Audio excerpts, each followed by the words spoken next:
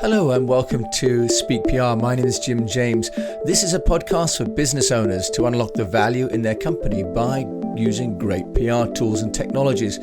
Today I'm joined by Park Howell. Now this is the second of 3 episodes with Park, and Park is the world's most industrious storyteller, and he's recently issued a book called Brand Bewitchery, the Story Cycle System.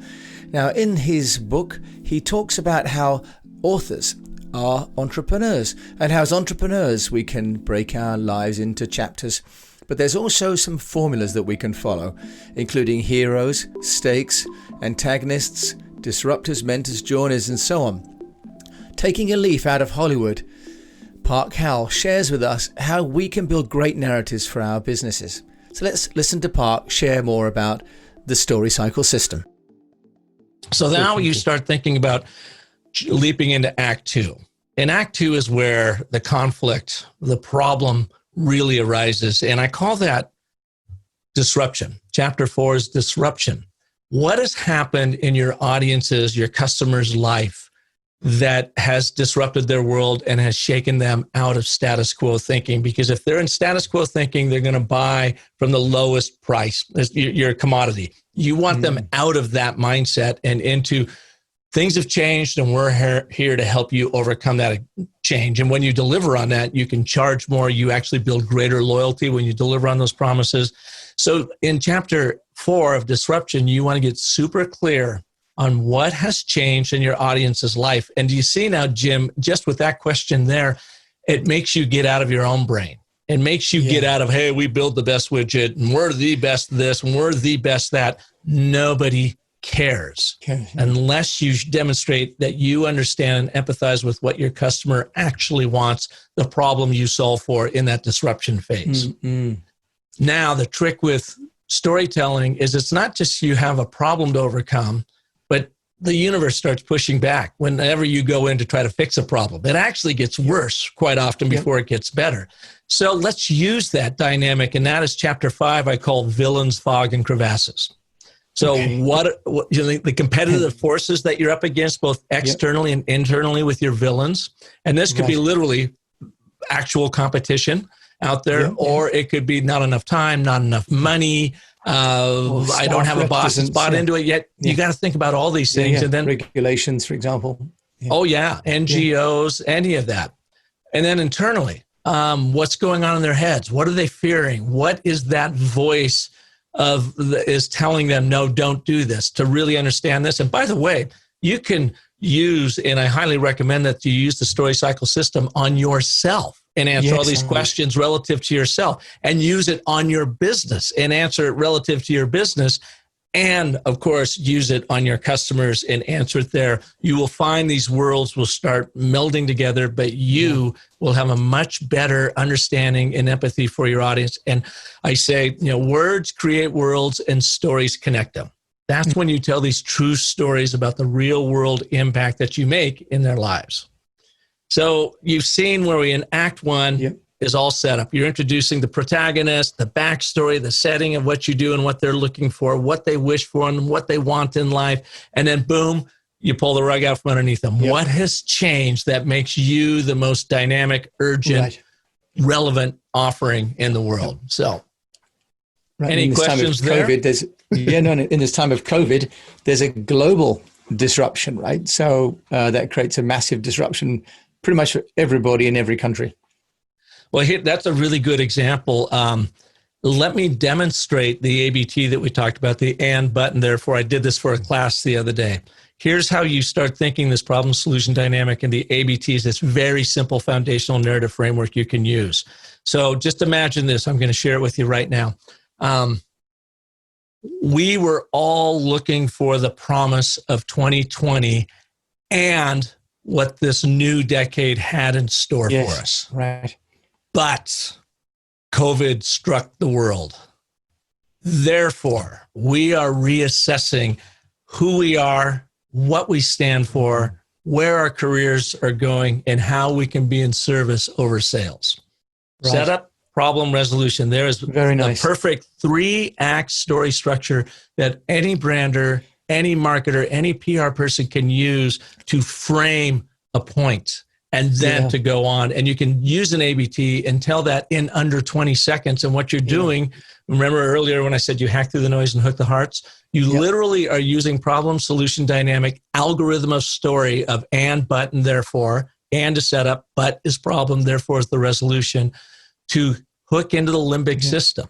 That ancient monkey storytelling brain of ours that is still very alive and kicking back in there, to get it to pay attention. That's a lovely one. I'm sure your son will probably be making the movie, I should think, for that one. And then, so should we then move on? So you've got then these, I guess then this moving on to the mentor, hence chapter 6, the mentor arrives, the person, with the new app or the new product or the new service arrives on the scene, the entrepreneur. So right. Ta-da! We're here. Is all about you, about the brand. And what we look for in the mentors, this is where you do your ooh exercise, because everything leading up to this was all about your customer, what they're going through and what's happening in the world and why are they going to care about you and how can you help them? Now you have to talk about how you are uniquely equipped to help them, just like they were climbing Mount Everest and you were Tenzing Norgay to help them get to the top. That's your job. So you do the ooh exercise to figure out what are those stories that proof out what your UVP is, what your brand is all about. I want you to boil it down to one word at this point, and that's your brand promise.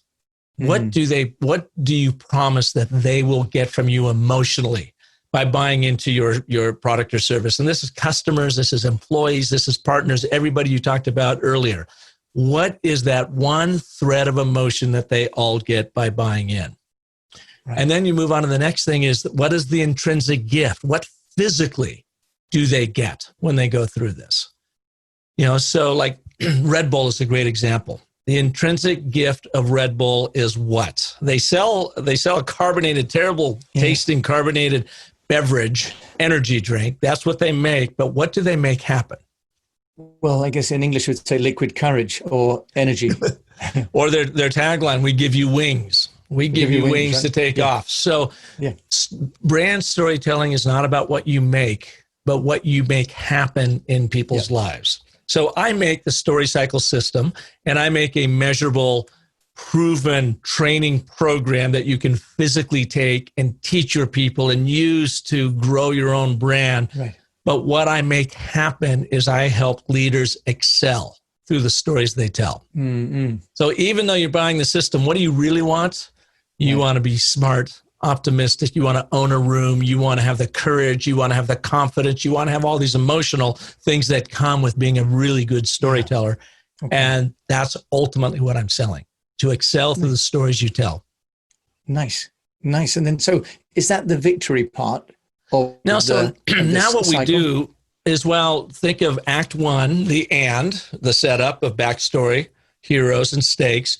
We then move into Act 2 with disruption, pull the world out. What's the problem? What's the conflict?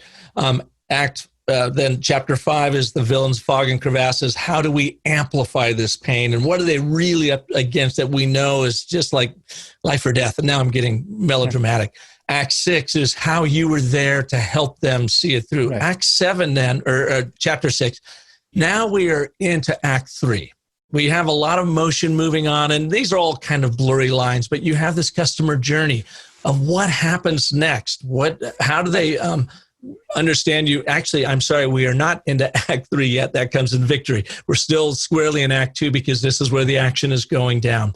The journey, brand awareness, brand adoption, brand appreciation. How are you there to level up their life in every one of these steps?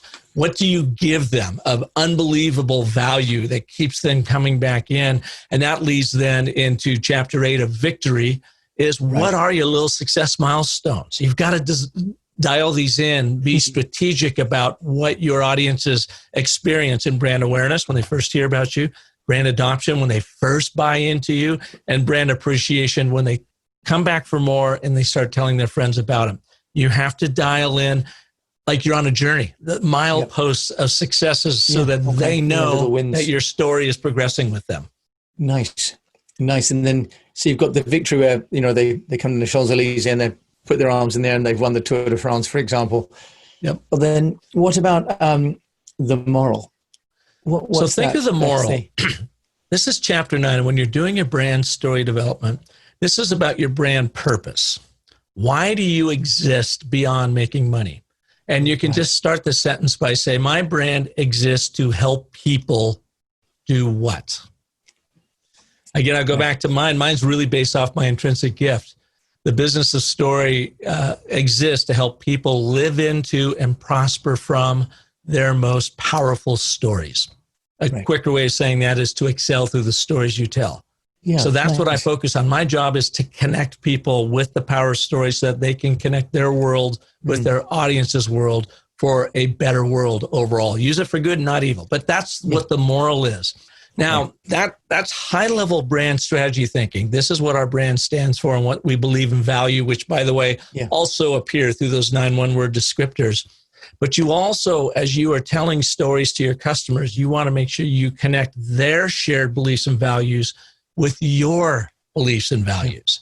And that's where you use chapter 9 to really understand what that is. Right. Okay. And then is that leading you then onto the ritual, which is the reinforcing, isn't it? A bit like the sort of, I think about the Apple store, you go in and you can have the free demonstrations, the free training. It's only 20 minutes. It's remarkably short, half an hour maybe. But that sort of ritual, is that sort of binding in customer loyalty in a funny way, or staff loyalty when you talk about rituals? It is. It really, ritual, again, a metaphor about 2 things. Building repeat business, and the most powerful form of advertising there is word of mouth marketing as your customers tell your stories to the world, which, by the way, is free. So when I think about ritualizing a brand, I say, what is your call to action to get them involved? You're essentially inviting them into your story, now making your story their story. Here's the magic of it, by understanding their story first and where you can have a decided impact on their journey. So you invite them in, they purchase something else, they now share it with their friend. You want to be able to trigger that by, in your victory lap of showing them where they're having success with your brand, but then inviting them to share that story and showing them what to do online, giving them the tools, giving them the little story elements of video and blog posts or whatever it might be, Instagram stories that they can then reshare because they have bought into who you are and what you're about. Now they become a very active member in your story. And I think it's worth pointing out here, your viewers can't see this, but if you go to Amazon.com and search Brand Bewitchery, the story cycle system is a spiral. And my good friend, Dr. Randy Olson, who worked with me on the N button, therefore, he calls it the narrative spiral. I call it the story cycle system, a narrative spiral. It's different from Joseph Campbell's hero's journey because that was a circle. Your hero starts out in an ordinary world. They get moved, answer a call to adventure. They go into this extraordinary world. They have trials and tribulations. They learn something, and then they return back to their ordinary world. But they're elevated. They've returned with the boom. They are better, smarter. To me, it's a spiral because every time you go around this, you are actually elevating the customer experience and the customer engagement. So once you go through the story cycle once with a customer, maybe that's brand awareness. Now you start it all over again, but from a different spot. They're aware of you. Now it's moving into brand adoption. And then you go through the same process again with brand adoption and then brand appreciation. And you can see how those concentric circles just keep growing and growing and growing as they become an active member of your story. Nice, really a virtuous circle. Park Howell, thank you so much for sharing really about the background and the story to the Brand Bewitchery process in this virtuous cycle. That'll be it for today, but then we're going to come back with another episode and you're going to talk to us about the impact of technology on storytelling and a couple of key case studies where storytelling's been great for business. Thank you, Park. Thank you, Jim. Great being here. So that was Park Howell, author of the book Brand Bewitchery, the story cycle system, which I encourage you to get on Amazon and to read. I'm doing that and enjoying it greatly and learning a lot about how, as an entrepreneur, I can take my business, make it into a story, and to make that story empathetic to my staff and my customers and to anybody that's interested in what my business is and how I can work with them. So thank you for listening to this episode of Speak PR. And until you tune into the next episode, I wish you the best of health, that you have a profitable business, and also that you keep telling stories.